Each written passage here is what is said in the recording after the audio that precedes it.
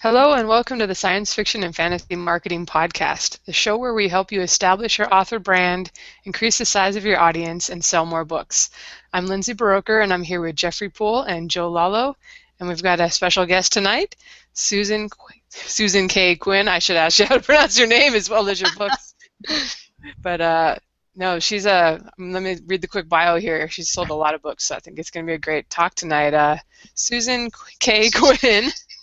Oh, and sometime I'll remember to turn off the video when I start doing this. All right, Susan is the author of the Singularity series, the best-selling Mindjack Trilogy, and the Debt Collector serial, as well as other speculative fiction novels and short stories. Her work has appeared in the Synchronic, I knew I couldn't say it, Synchronic Anthology, the Telepath Chronicles, the AI Chronicles, and has been optioned for virtual reality by Immersive Entertainment. She's also the author of 2 books for authors, the Indie Author Survival Guide, and the forthcoming, she just finished it, we heard, For Love or Money, Crafting an Indie Author Career. Hi, Susan. I'll let you talk now and stop mangling everything. Hey, you were doing great. Yeah, just keep going. No, thank you very much for having me here tonight. I appreciate it. All right, we're glad to have you here. And why don't you tell us a little bit about how you got into writing and what led you to self-publishing? Well, I actually didn't start writing until about 6 years ago. And before that, I was an engineer, scientist. I have a PhD in engineering and did a lot of really cool, fun stuff with NASA, studied global warming, did a lot of fun things that I really, really loved. And I did always thought after I stayed home with my kids for a few years that I would go back to engineering, and then I picked up the pen and started writing, and that was it for me. I mean, I was, oh, okay, this is what I want to do, and I haven't looked back since. So, and originally I went down the path of traditional publishing and wanting to do that. My first book actually went out through a small press, and that was kind of a disaster. But about a year later, I was getting ready. I was querying my second book, and that was right in 2011 when indie publishing sort of went mainstream. And I'm very much an experimentalist. I like to try all the things. And when I saw that, I'm like, that's me. I need to give that a go. And I did my planning and everything else and leapt, and it was fantastic and never looked back with that either. So it's just been a grand adventure the whole way along. Awesome. That's really cool that you have a PhD in engineering. You're like the person to write science fiction, unlike me with my liberal arts major here. I guess, I don't actually write very tech-heavy sci-fi because I've never really been into that. I've always liked the stories that were much more philosophical, the sort of social science fiction, and of course all the classics. But my stories, I mean, they have tech in them for sure, and I like to mess with people's heads with the tech a little bit, but you're not going to come read mine and get paragraphs about how your blaster works. Nobody cares how your blaster works, so I'm not doing that. But yeah, I don't know. People say that, and I'm like, ooh, wow, I guess I better, make sure I have my science right now that I've outed myself as a scientist.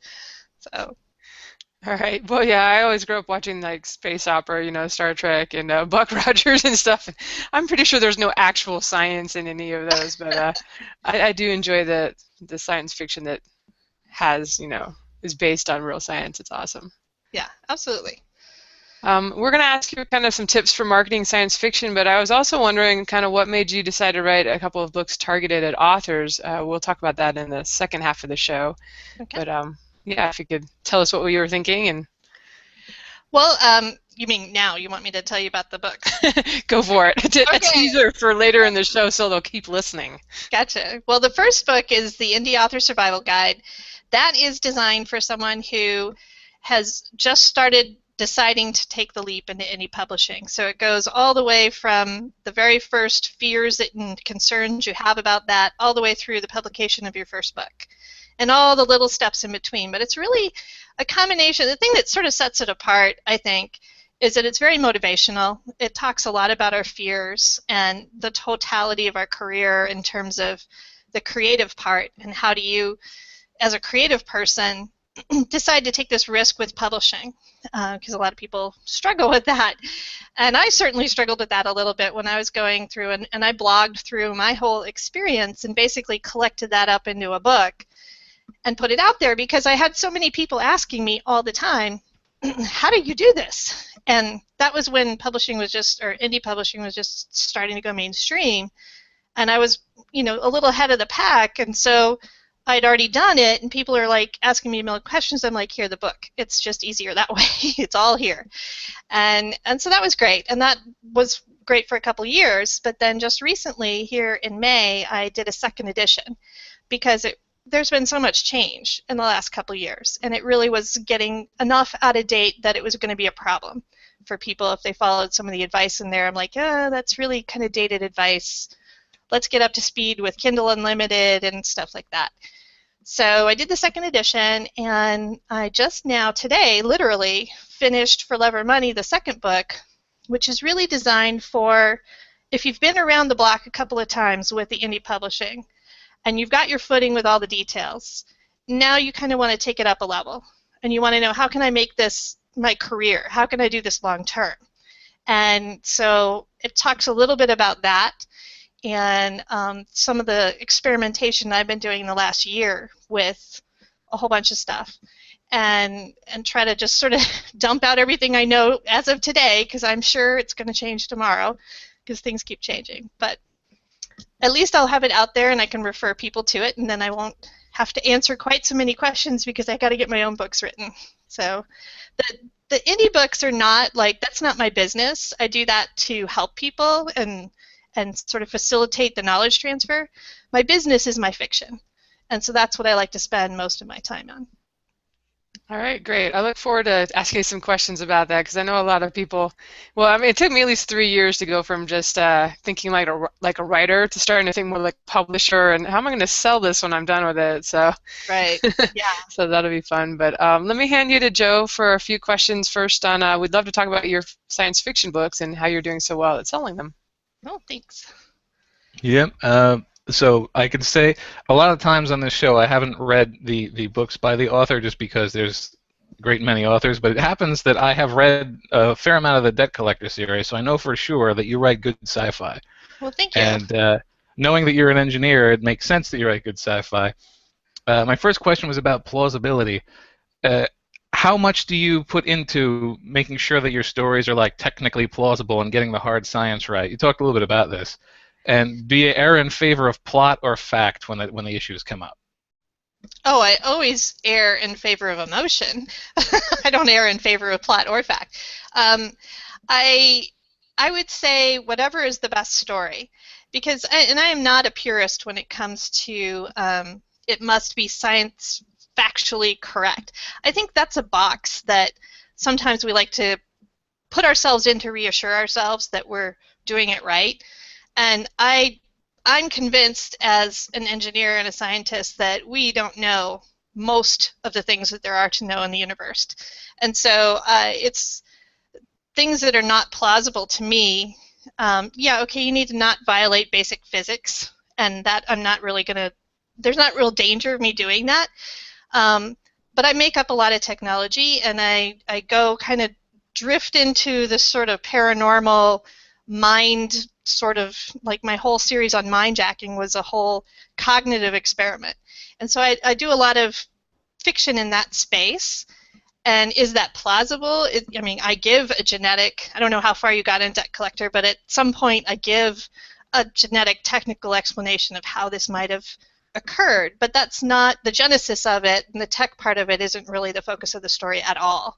So I guess in a way I don't really worry about it too much. I figure I'm going to have most of the basics. So, and I know there's a whole genre out there of hard science fiction where people are very into like what's happening 5 minutes in the future with science, and that's not the place where I write my stories. Likewise, I've got some sci-fi, and I try not to play fast and loose with the stuff that exists now, but once we get to the stuff that's currently impossible, then I mean, I've had people correct me with how rockets work. They're like, that's not how rockets work, Joe. I'm like, all right, well, I'll have to have one of the smarter characters point that out in a future story. There you go. But yeah, so it's good. Like again, it's science fiction. There should be a good plot, and I'm glad that you err in favor of emotion even beyond plot because characters are above everything else. All right, next question is: when you develop a new sci-fi or sci-fi-esque world, do you think it's better to develop something that's distinctive and wholly original, or would you say that including some of the more broadly understood tropes helps make the story easier for readers to digest? Well, I'd like to see a story that doesn't include a broadly generic trope because I think it's almost impossible not to do that, even when you think you are.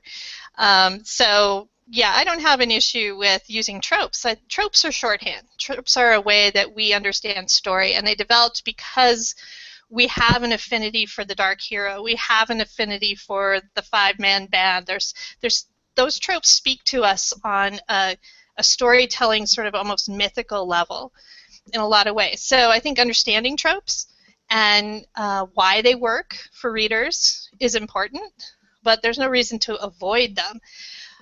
At the same time, I tend to hear a lot in my reviews that my stories are unique. And at first, this like totally perplexed me because my very first indie book that I put out was a book about an entire world where everyone read minds, except for one girl who couldn't. And then it turns out that she's a mindjacker instead, which means that she can control other people's minds. And I would have people come and tell me how unique that was. I'm like, you realize that mind reading and mind control have been in fiction for like, ever? Why is that unique? Well, it was because the spin I put on it where everyone was reading minds instead of one person reading minds. So that was, the fresh twist on it. So I do like to do that a lot. I do like to do the fresh twist, but I think everybody tries to do that with their fiction to bring the new fresh element into it. So I don't even know if I really answered your question. I'm sorry. No, you did.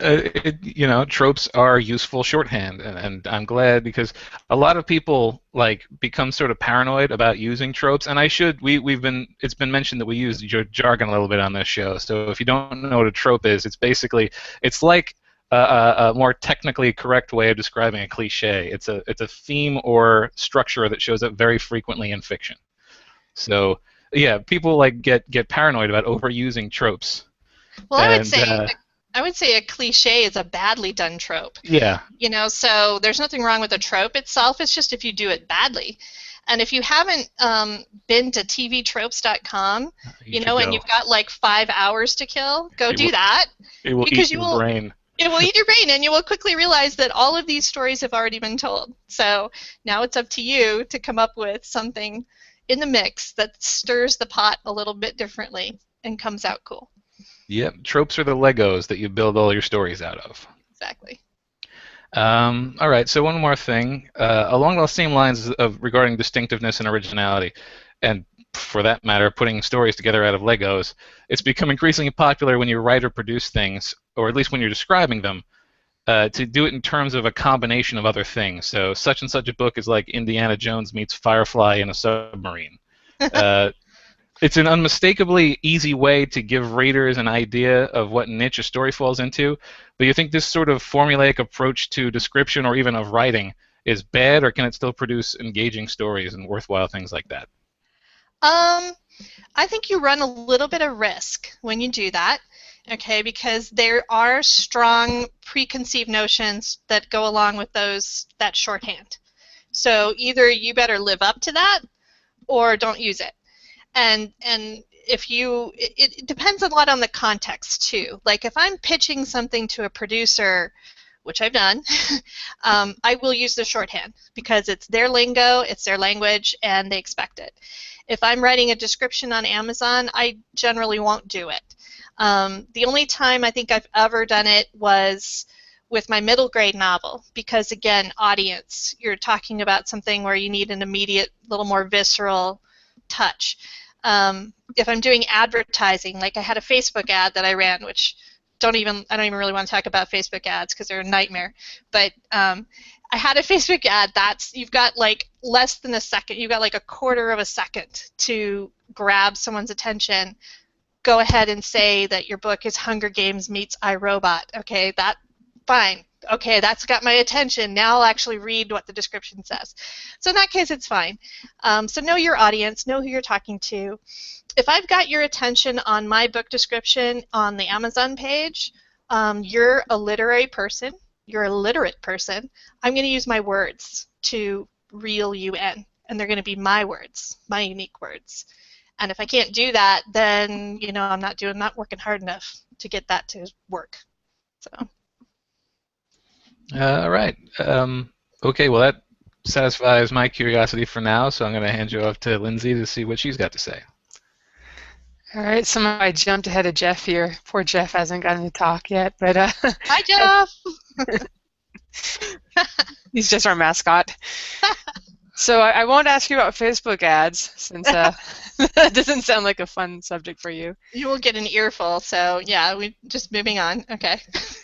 I'll just ask a kind of simple question. Now that you've been doing this for a few years, and you've probably seen, kind of like I have, all of the gaming the system and ways to do well on Amazon and all that sort of stuff. What are some of your favorite marketing tactics that have really worked well for you, and that out of everything that you've tried?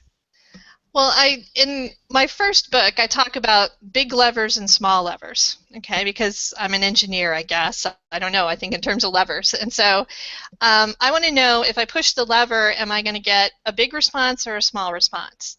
And that is going to be proportional to how much I'm pushing. How hard do I have to work, and how much response am I going to get? So a big lever would be like a BookBub ad. Okay, that gives you, for a relatively small cost, even though people think BookBub is overpriced, okay, relatively small cost and effort, you get a big response. So some ads, like Midlist, BookBub, in some cases FreeBooksy, depends on the genre, you can get some pretty good response. Having a free book still works. People bang on it and say, no, the free book is dead. It's not dead. It still works. KU is bitten into it a lot, so it's sort of sucked away the audience for free books. But it's still very easy 24/7 sort of advertising, and it still brings people into your work. Even if you have just one book, I mean, I've got a lot of books out there, and I've only got 2 that are free, and they're in 2 different genres, and one's a serial episode. So it's not like you have to have tons of free books, but having at least one out there constantly advertising for you is great. And then the thing that people don't always think about is just publishing a book, like another book, and another book after that, and another book in a different genre. Keep publishing, and the publishing itself, the act of publishing, is a huge lever. It actually gets people to see that you have stuff, all right? And you have to have stuff before they can buy it. So those are my 3 basic go-tos. They work for most genres. They work for most authors, even if you're like name recognition or not name recognition. So I would say that. Now, there's lots of smaller levers that you can push. People think of social media as being a big lever. I think of that as a small lever. You don't really sell books on social media. I see other people selling my books on social media all the time, which is fantastic. In fact, even today, there was someone who had read my first book, the Indie Author Guide, and had posted on Facebook about it and tagged me on it and said, oh, this is a great book.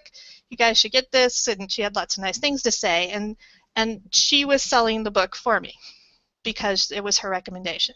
So that's how books get sold on social media. It's not you out there saying, hey, here's my book, generally.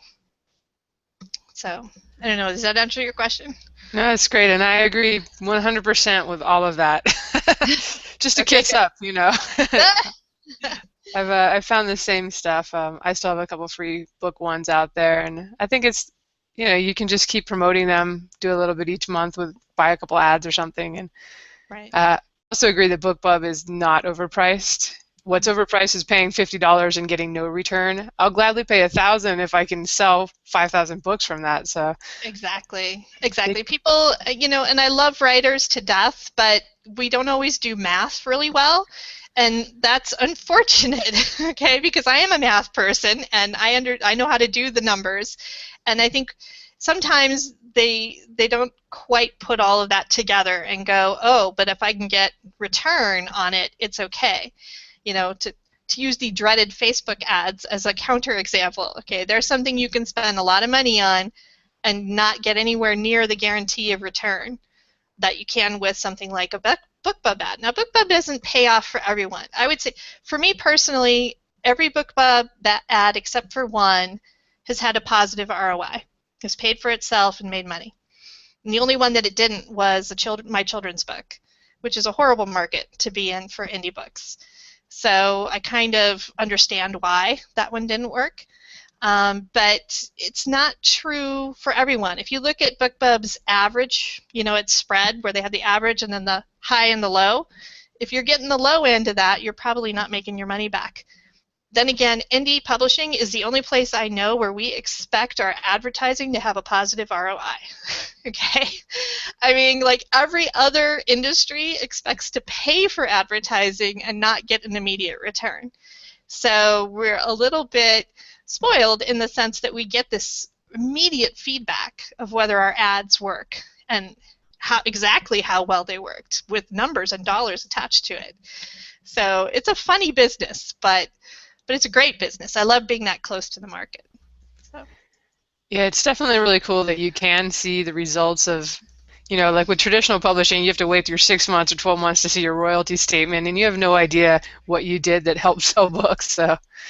Right, yeah. And you don't even know if they know. Like the publisher's even tracking. They're mostly not tracking. They don't know because they've got 500 other books to track and take care of. So, yeah, it's good to be in the pilot seat. I like that.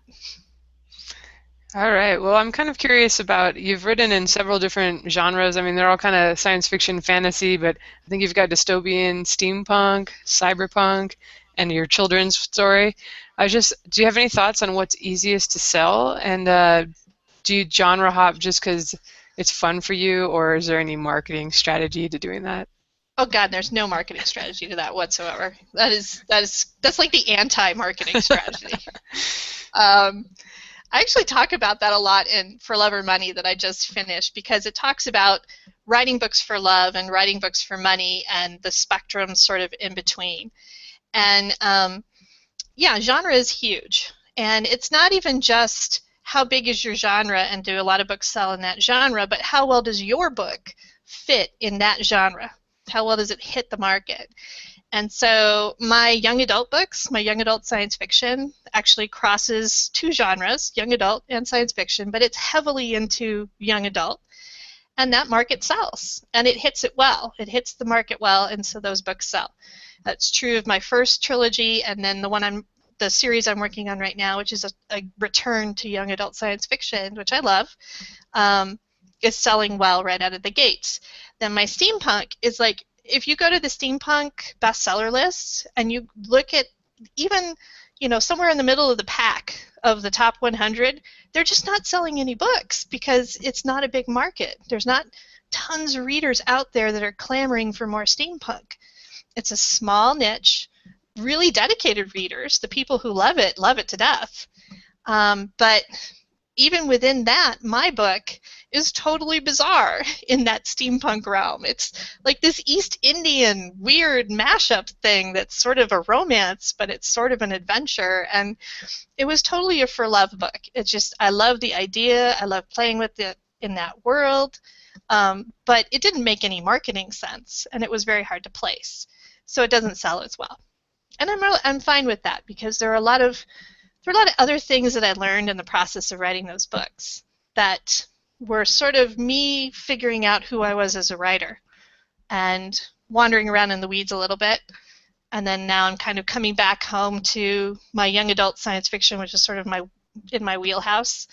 And I'm a better writer now for having done all those other things. And so when I'm coming back and doing this, it's I think, my best book so far, and hopefully every book I do going forward will always be my best book so far. But when I tell people, they ask me, what should I do? I say, don't do what I did. Do as I say and not as I do, which means stick to one genre if you want to make a lot of sales, and stick to a genre that actually sells, and be cognizant of how you fit in that.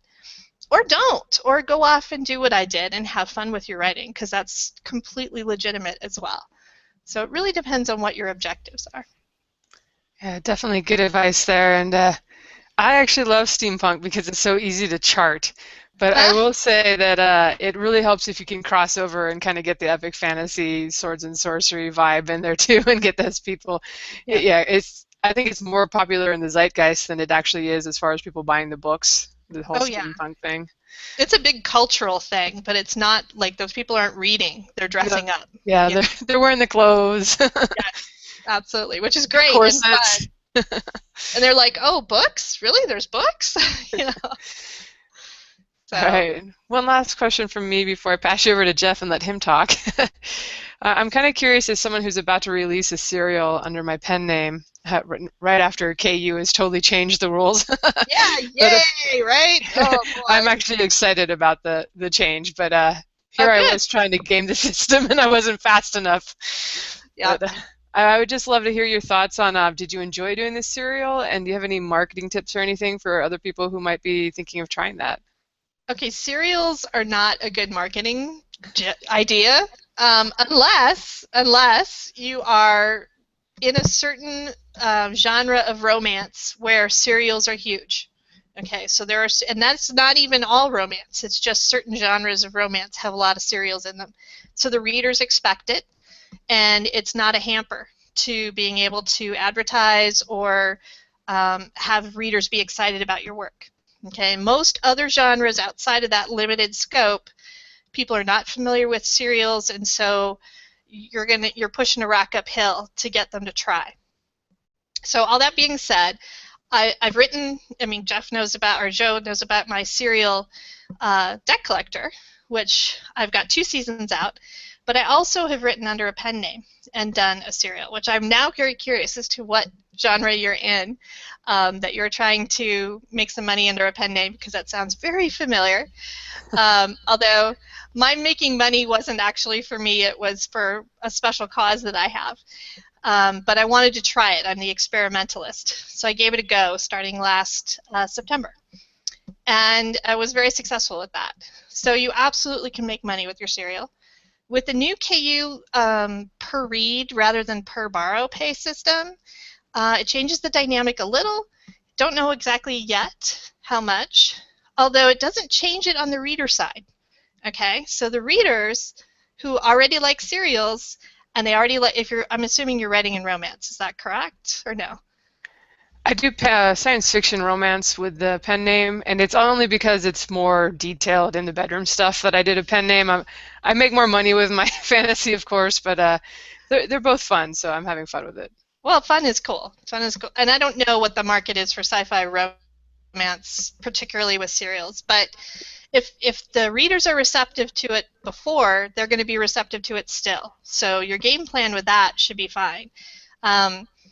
And I think with the per read, in a way, serial writing is very fast-paced. It's very hooky, right? And so it keeps people turning the pages, and that ought to pay off for you if that's the way you're writing your serials in the new KU system, because it's all about page reads now. It's all about how do you get those readers to keep going, which is good writing, basically. So I kind of like it too. I like the new approach. I've got novels and serials in and out and all around with KU. I've got all different permutations of that. And so I'm not weighted heavily one way or another. But I like the orientation that the new system has, where it's encouraging page reads and not just, a strict flat rate. So it'll be interesting to see how that whole thing shakes out. But I think you can still make a go with the serial. Again, look at your market and see what people are enjoying. Get a free episode. Have you launched already? I've actually written like 6 novels under the pen name, so she already has an audience. I think I'll have some readers for this. But okay. Well, then see. You're good. Then you're good. And You got I a built-in definitely, audience now. yeah, I designed it so it would have a cliffhanger and all the stuff that people should want in each segment anyway. So hopefully that'll be good. The pen name is the only thing I play with KDP Select with, because I got started before KDP Select with my regular name and have a lot of Apple and Barnes & Noble's readers. So it's been fun to play with, though. Yeah, it is hard to go narrow after you've been wide, or the other way too, because you don't have an established readership. I think it was, if you established a wide readership earlier, you're doing better now. It's hard for people to get established. It's harder for people to get established now on iTunes and Kobo than it was before. So, the market's constantly changing. It doesn't mean it can't happen. So, you just got to keep whacking away at it. Yeah, I'm still finding that a permafree can really be helpful, but you definitely have to be prepared to wait a couple years really to kind of gain traction over on the other sites. Yeah, it's kind of intense. The bookbub can help you with the permafree to get some traction, but even then, it's transitory. It's like there's a slow grind, like you're saying, a couple of years. It's like, wow, okay, that's a long time. But I know if you're not thinking of it as a career, that seems like ages. But let me hand you over to Jeff. Poor guy's been sitting over in his corner waiting to ask some questions. Yeah, just ignore me. I don't care. I'm just here to watch anyways. Okay, I have a question for you. Since I think I already know the answer to this because you touched on it briefly, but in your opinion, what is the most highly overrated type of marketing that exists?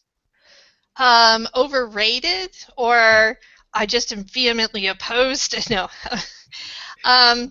Facebook ads is probably what you're referring to. It's been a big thing going around lately, and I look at it and I say, man, there's a lot of people losing a lot of money on that and not getting ROI, and I hate to see that. So it feels not comfortable to me, and it's partly because it feels like the slots, and I'm not a gambler. So I'm a risk taker. I like to take risks as long as I have some idea of what the ROI is going to be. Overrated, though, I would say social media, because people seem to have this idea that they have to be on social media in order to have a presence and sell books.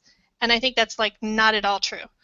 And I kind of proved that. I sort of suspected that all along because I had observed a lot of authors who were writing great books, selling tons of books, had absolutely no social media presence whatsoever. And I was like, wow, that doesn't fit with the whole thesis that we have to be on social media. And I love social media, so there's not any danger of me getting off it anytime soon. But I experimented with my pen name. My pen name has a very small social media presence. She's only there every couple of weeks or something. And she sells tons of books. So because she's well targeted to the market, that's her thing. And that's really a big part of what you need to do to be a high selling person with your books, is to hit the market well. And that's what she did by design. So I kind of proved it to myself, but I really do believe that. I think social media is something that is almost a benefit for indie authors. I like being on it because I'm close to my audience. I'm close to my fellow authors. For networking, it's fantastic. But as far as being essential to selling your books, not so much. So that's why I'd say it's overrated. Now, you say you have a very unique pen name? I do. Do I? I guess I do. I'm not saying what it is, if that's what you're asking. I was just curious about that. No, but okay, so conversely, what would you say is the most underrated marketing out there? Underrated. Probably publishing another book, although that's not so much underrated. I mean, people kind of realize that if they publish more books, they're going to sell more books. But I think they tend to forget because they get so focused on selling these books. And I could really spend all of my time trying to sell the books that don't sell, because of course those are the ones that we try to sell more, right? Which is kind of funny. The one that's not selling, oh my gosh, I got to spend tons of time and effort on that one and make it sell because, dang it, I wrote that book. And no, that one's probably, not going to sell. Or I have a sort of theory about stickiness level for books. I think if you have a book out there and it's well packaged and it's well written and well reviewed, it's going to sort of stick around a certain level that gives you an indication of what the market size is for that book. So I have different books at different levels, and if I don't do any promotion for a while, they kind of just sort of settle into that level and stay there. And I can boost it every once in a while, and that's great, and then it'll come back and sort of settle again. And you can't really force a book to go a whole lot higher than what its market potential really is. And I see this because I have sort of wandered all over the planet in terms of genre. And I'm the same author, right? So I know these books are all decent, at least whatever level I write, they're all that level or better.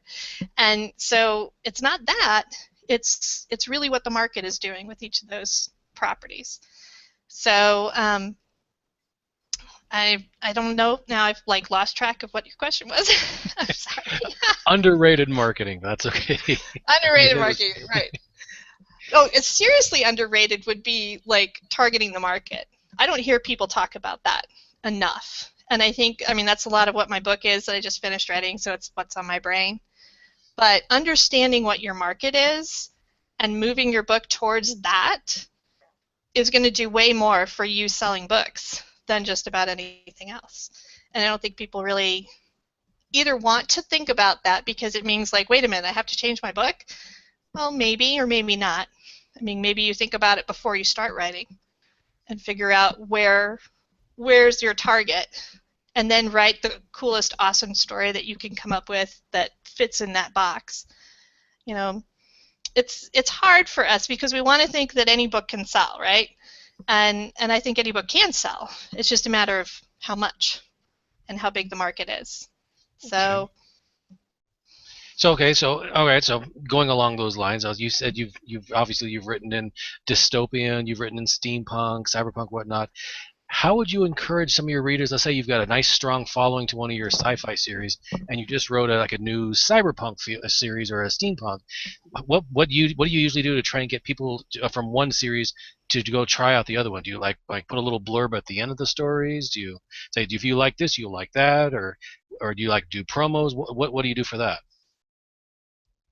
I'm sorry, can you repeat that? Because like I don't know if my internet's going out or what, but I missed your question. Okay, so you've written multiple series in multiple me? genres. I can hear you. Can you hear me?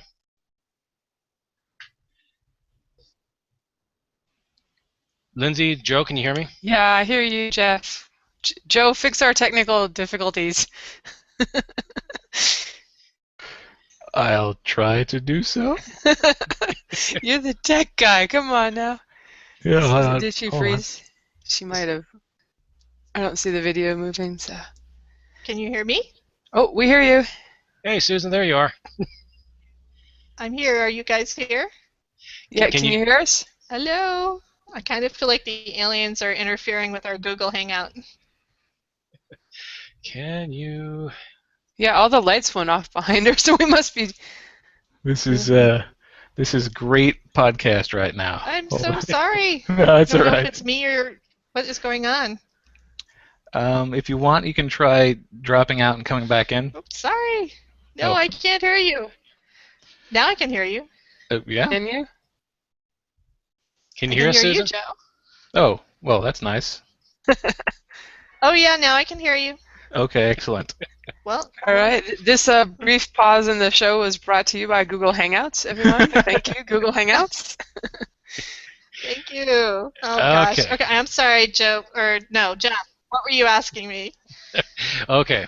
All right. I was talking about a different series and different genres, where if you have genre A and you've written a nice, good series that has got a good, dedicated following, and you're starting up, deciding to do a genre hopping again and pick a completely different one, how would you encourage your readers from the first genre to give your second one a try? That's a good question, and I don't think there's a good answer that I have, really. I think you can encourage people to, you can pitch them at the end of your book. You can say, hey, if you liked this about, if you like Kira's story in Mindjack, well, wow, there's really cool mind-bending elements in Deck Collector, too. I mean, you can do that. You can try that. People aren't going to cross over much. They'll cross over as much as they want to. I mean, think about yourself. You pick up the books that look interesting to you. So the key is really to make it just be an interesting book, and people will cross over if they do. More likely you'll bring in a different audience for some books because they have a different element to them. I think if you really, really want people to go from one series to the next series, you need to make them actually be similar. You need to make them, like, for example, when I launched Singularity, It's young adult science fiction, just like Mindjack. It really is in the exact same genre. It's just a different type of story. And so when I marketed that, when I launched that book, and which is the start of a whole brand new series, which is going to be like 6 or 7 books long, I tied it very heavily to Mindjack. I even advertised them together. I put them up on Goodreads as a giveaway of both books together, saying, you know, both of these are the same, and really tied that together in people's brains. But it wasn't too hard of a sell because it would naturally appeal to the same audience. So getting people to cross, you need to give them a story that they're going to like. And it's really kind of that simple. I don't know if that makes sense.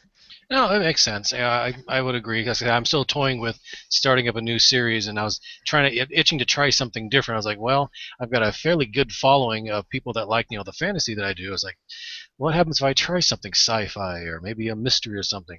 Here, if you like this, try that. I'll be appealing to a different audience. But yeah, I see what you're saying there.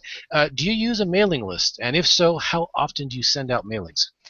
I do use a mailing list, and I probably send it out too often, but because I always have something going on. And that's part of the crazy part of having so many different properties and series. It's like there's stuff going on all the time, and so excuse me, I try not to overwhelm people, but I'll send out at least a couple of times a month, sometimes more. But I usually have something, pretty significant. Either I'm doing a giveaway or a new release of a book. I mean, I'm releasing stuff all the time because I have short stories that I release too, and anthologies, and so I have pretty often actual new releases coming out. So that's not a lot of my newsletters are that. I don't do a lot of I'm going to run something just to get you to open the newsletter. The pact that I have with my newsletter readers is, if you're going to open this, there's going to be something in it for you that you're going to like. At least that's what I try. So everybody has their own pact. Some people only do it for new releases. Some people only do it for contests or whatever. The main thing is not to piss them off too much, and your newsletter readers are going to be your really core audience. They're the people who just love your stuff enough that they want it in their inbox. There's a certain type of person that does that, and you want to treat that person well. You want to give them things so that they will continue to advocate for your books. For me, it's not even that I'm selling to them.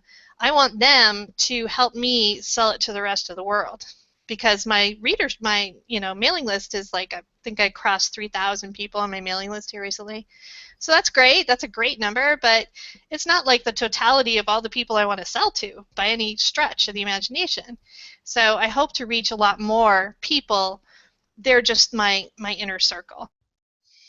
What have you found to be the most effective way to increase the number of your subscribers? I lost you guys again. Okay. Uh-oh, still there? Susan, can you hear us? I'm sorry. Yeah, okay, now go ahead. Okay, all right. So with regards to the mailing list, what's the most effective way you found to increase the number of your subscribers? I used to do giveaways and have being a newsletter subscriber be a sign-up, and I don't do that anymore because I was getting the wrong kind of subscriber for that. So right now I give away a short story with a sign-up, and I pretty much just put the sign-ups in the back of my books, and that's about the only place I advertise it anymore. And every once in a while I have a Facebook group where I have sort of my core people, and I'll tell them every once in a while, hey, you guys should sign up for the newsletter because I'm going to do this, I'm going to do a giveaway or something. But I find quality over quantity is important. It's good. Just churning through tons and tens of thousands of subscribers is not necessarily going to help you. I do like the idea of giving away a free piece of my work, because what I find is that my work sells my work.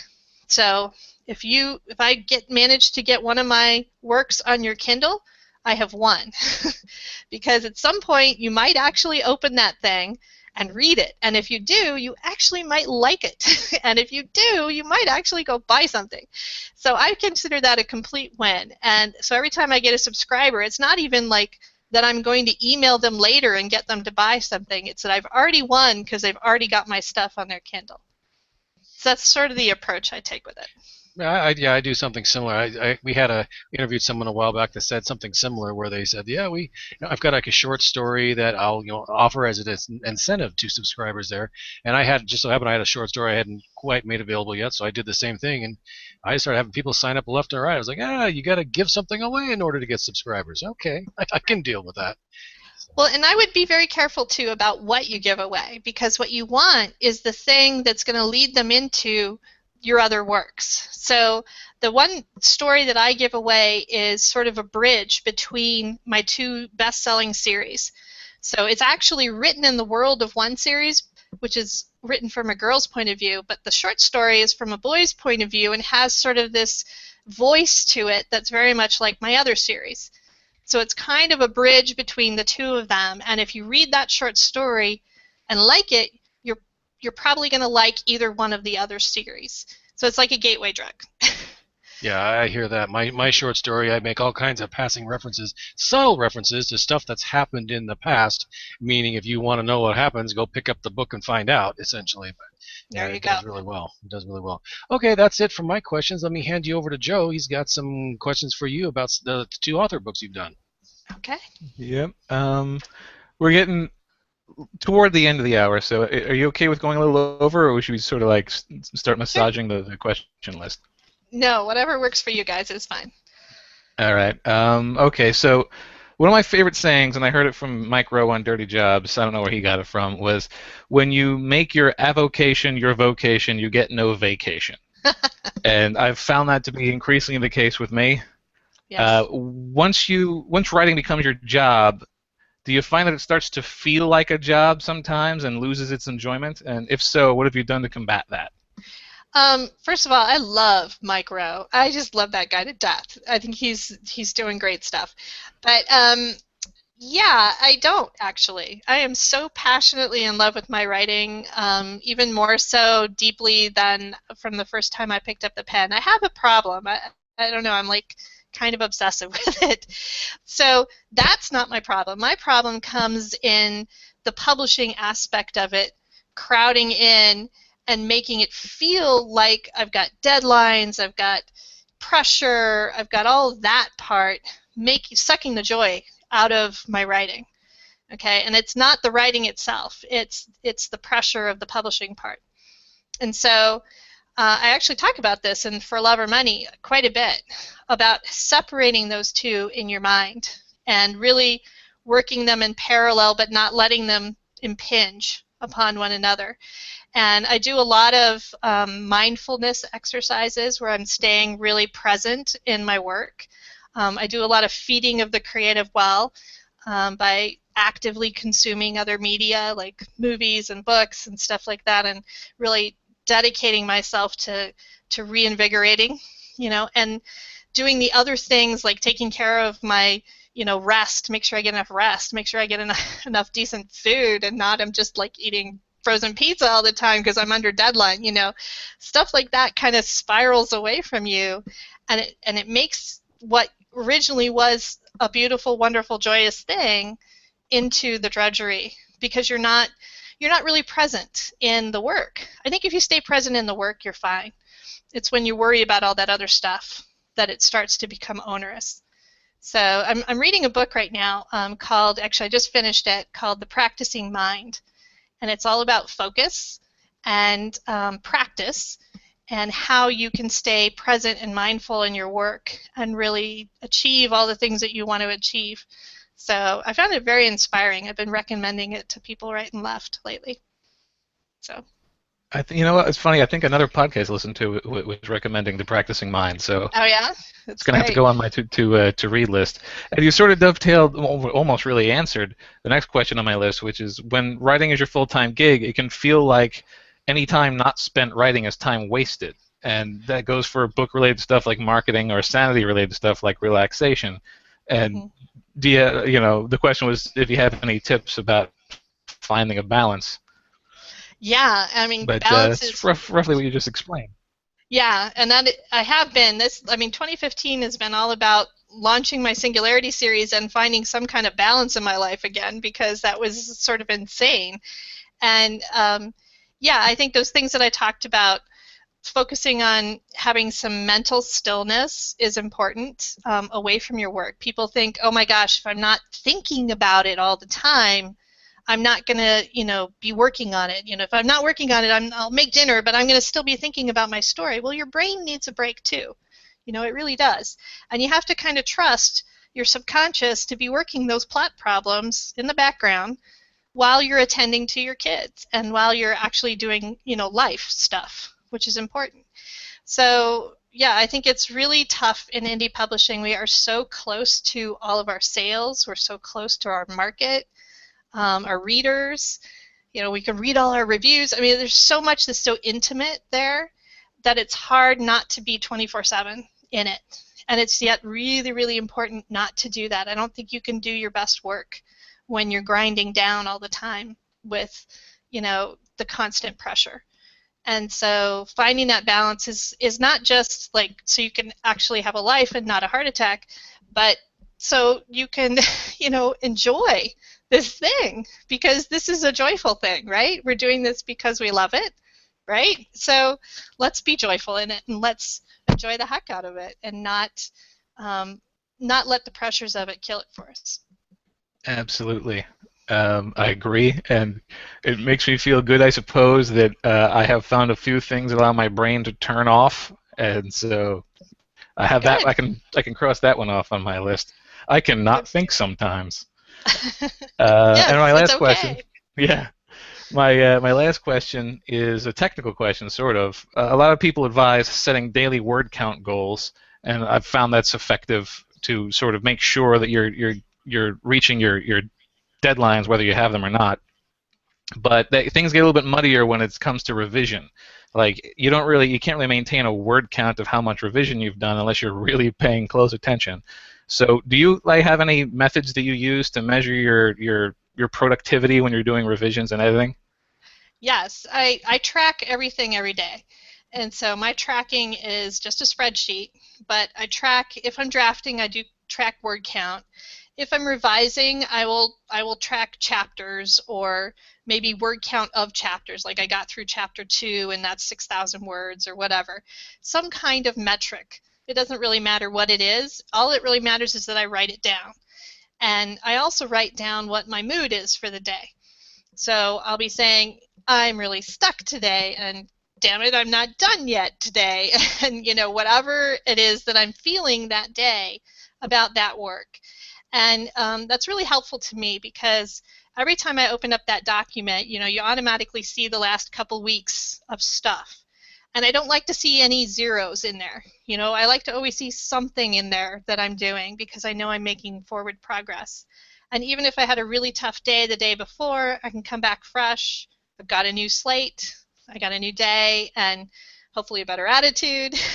And, it just really, I've been doing that for 18 months now, and it has really soared my productivity, because, we do what we measure.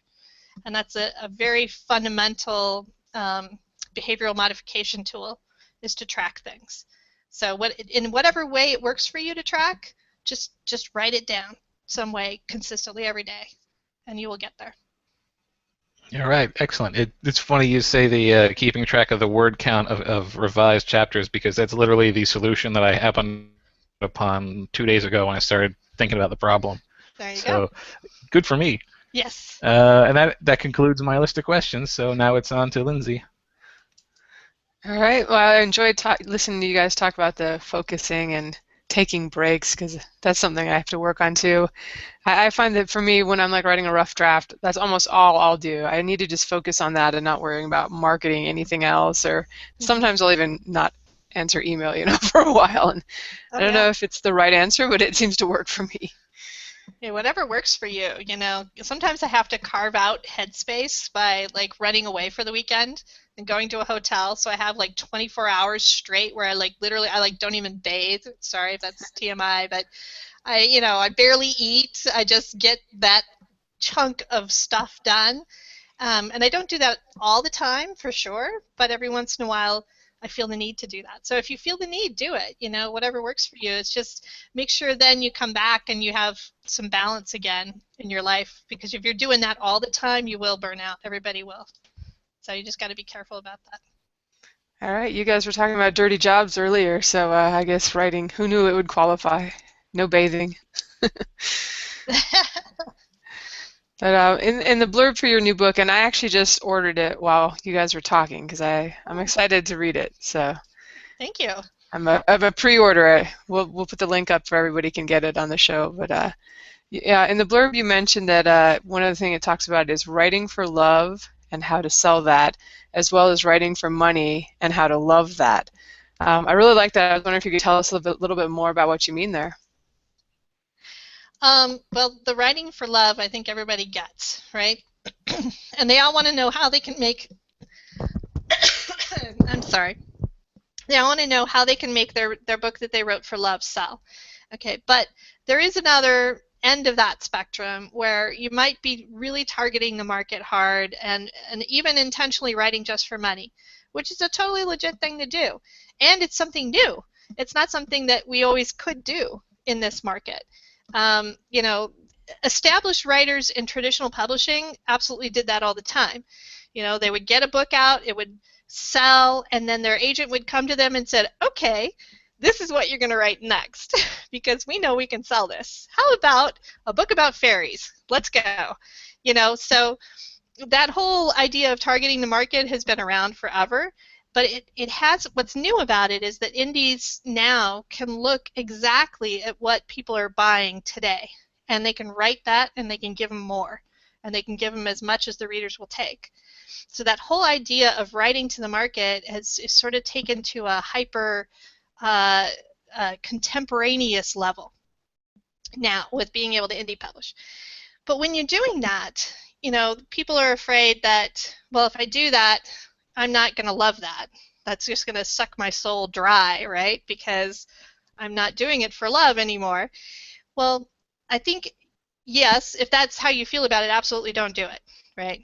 But if you're interested in trying to do something like that, there is a way to do it. And this is what I did with my pen name, sort of as an experiment. It's like, okay, how hard is this to do? How hard is this to go pick a genre that's selling well and actually write to that? And in my experiment, I found that I had to draw some boundaries. Like, I was absolutely not going to write this or this or this thing over here. I am not writing that because that is just, no, I'm not writing that. So I drew my boundaries, and the analogy that I use in the book is that it's like haiku. Haiku is very structured. You get 5 syllables and 7 syllables and 5 syllables, and that's it. All right, so here's your box. And once you have your box, which is also defined by what is selling, okay, what the genre box is, within that box, you can be as creative as you want, all right? And you can find the thing that you love about that. And if you can't, then don't do it, right? But you absolutely can write a haiku that's beautiful and inspired with the 5-7-5 structure. So using that as an analogy, I encourage people to at least try or think about it, possibly if they have the allure, if they have the draw to it, because it can really stretch you creatively. And you can learn all kinds of things about yourself as a writer in trying to write the haiku. So I talk a whole lot more about it in the book, but that's the nutshell of it. So I think it's possible. And it's certainly a lot of people in every genre are writing it for love, so it's not impossible. All right, that's great. I've tried a couple times to kind of not necessarily chase the trends, but like I usually write kind of secondary world fantasy, and I thought I'll do a contemporary fantasy. Those sell like crazy, and it turned into some weird science fiction thing that I don't seem to have any luck with. Following I'd be curious to see what you think about the book, because I get exactly what you're saying, and I think you have to come at it with an understanding of what the genre is actually about that you're writing. And that's not an easy thing to do. A lot of people say, well, I'm going to write a book about vampires because vampires are popular. They don't understand the genre at all. They don't understand why vampires are popular. And so even though they threw a vampire in their story, Or even better, they had their idea of what a vampire story should be, okay, which is great, right? It's probably totally unique and awesome.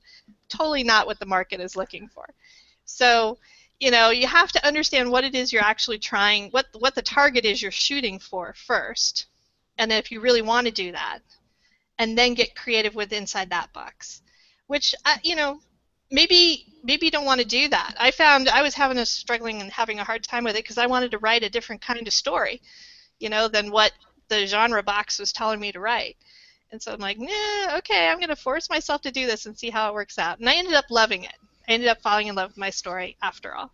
So it's harder work. It's absolutely hard work. It's not easy, which people also think, oh, well, it's just easy. I'll just toss off this thing and it'll sell. Well, sure, okay. No, it's not that easy.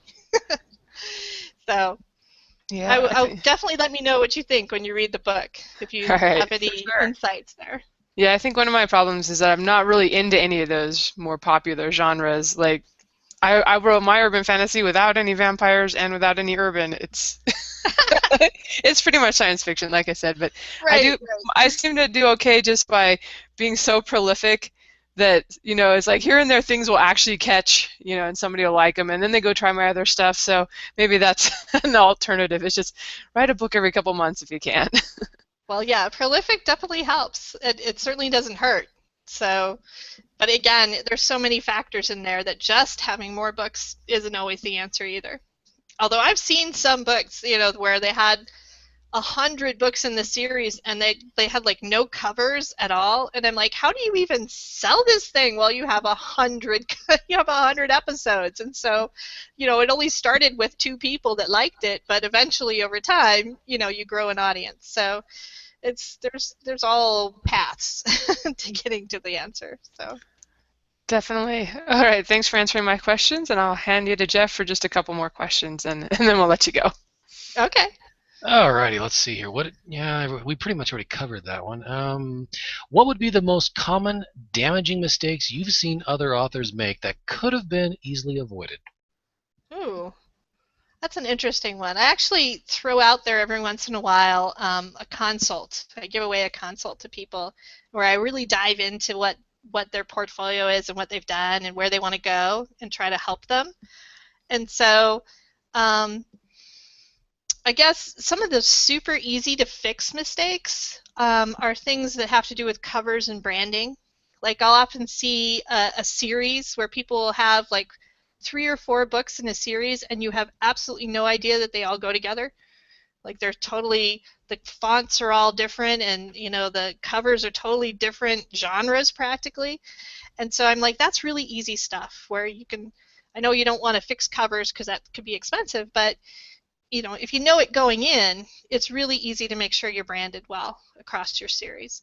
And I have a lot of different series, but if you go to my Amazon page, it's really clear which ones go with each other because they are so different. I had to make sure that, you know, you're not accidentally stumbling into this other thing and thinking it's like the first thing.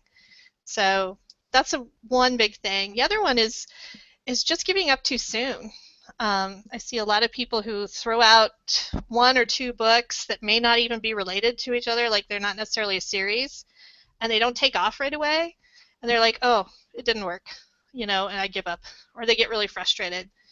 And it's like you have to go through at least, like I say, at least a trilogy, at least experiment with free for your first book. If you're not selling anything by that point, then there's some other things you can look at it as to why, but don't give up before that point.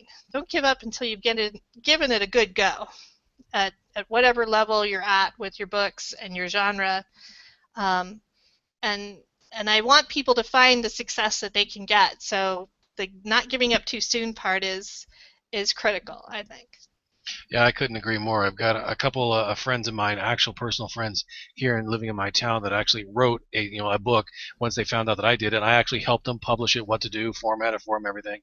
And then I asked them like a month or 2 later, like, how's it going? Oh, I have sold maybe 1, 2 copies. This is ridiculous. This is not worth my time. It's like, okay, yeah, but you need to give it some time here. It can take a while to, and I find out later that now, okay, they went back, that they've completely given up. It's not worth their time. They move on to something else. I'm like, Right. Well, you know what? Well, It's and not that may worth be my. true for them. It may be Yeah. not. That's not what they're in it for. Yeah, that's true. Okay. But Being the if you only. actually want Oh, to have a career as an author, yeah. Yeah. You've got to be patient. That is for certain. But okay, being the only non-pro writer here, I have to ask: have you ever had days when you literally question your sanity and say, "Why the heck am I doing this?" Maybe a couple bad reviews, critical emails, ungrateful fans, all contacting you on the same day. You're like, "What the heck have I gotten myself into? Is this worth it?" I'm just wondering if you ever had days like that. oh sure, oh sure. Um, More earlier on when I was still new in the whole business myself. I'm here 4 years into indie publishing, and I'm, kind of feel battle weary a little bit. Like I've seen it all. It's you can't ruffle me now. But that's not even true. All it needs is a really, and it's not even bad reviews because I don't really read reviews much. I do in particular cases, like I'll read reviews of my newest book when it first comes out because I want to make sure it's hitting the right chord with readers and that kind of thing. But after a while, like on the 845th review on Open Minds, I probably haven't read that. I might come back in 3 months and whatever. Yeah. I never go to Goodreads to read reviews because those are like, just don't go there. But it's usually not that. What it will be somebody who emails me and makes that personal contact, or contacts me on Facebook and says something that's like, God, okay, and but it doesn't happen very often. I mean, really Yeah. doesn't. I really actively practice. This goes back to what we were talking about before about balance. I actively practice staying in a joyful place with my work.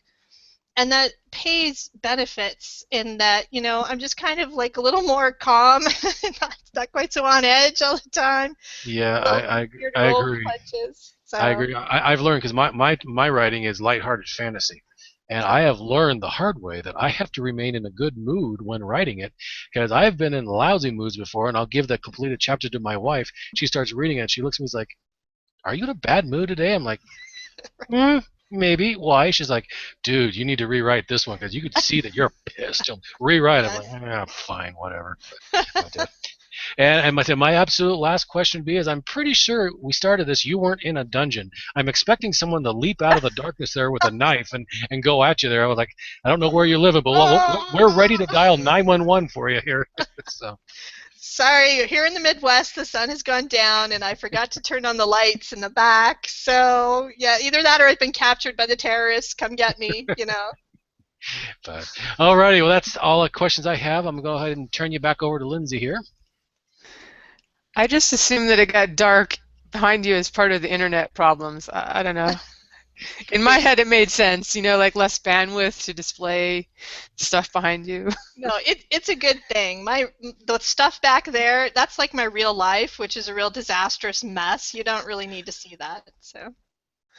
All right, well, in closing, you've already given a lot of great advice, and I really hope lots of people check out this show. Do you have anything you'd like to say in parting? Gosh, I don't know. Thanks for having me on. I love the chance to talk about this stuff. It's, writing is my favorite thing, and talking about writing is like my second favorite thing. So, and encouraging people to write is probably third there. So I love it when we can do all of those in one show. It's awesome. All right, well, where can people find you, and is there anything that you'd like to plug? All my books are on Amazon, and my website is down here in the signature thing. And I've got all my stuff there, my fiction as well as my nonfiction. However, if you go to the website, there's a tab there that says For Writers, and that goes to my blog, which is separate. And I have a whole page there with tons of blog posts, a couple of webinars. One of my webinars specifically talks about fear. Oh my God, like everything's falling apart here. One of my webinars is like 30 minutes talking about how you tackle your fears, and a lot of people have found that very inspiring to help them get past whatever is blocking them. And so there's lots of good stuff there, so hopefully that will help people. All right, and for those listening on audio, her site is susankayquinn.com. Just in case the pointing at the Yeah, the that didn't really tagline work didn't for the help. people on audio. Sorry. But I will also put the link to that in the show notes on marketingsff.com. And I'll try to find that webinar too and put a link to that as well as to your books for indie authors. I'm sure those would be, people will want to check those out. Great. Thank you so much. All right, that's all from me. Thanks for coming on and thanks for listening, everyone. Thanks for all the info. So long.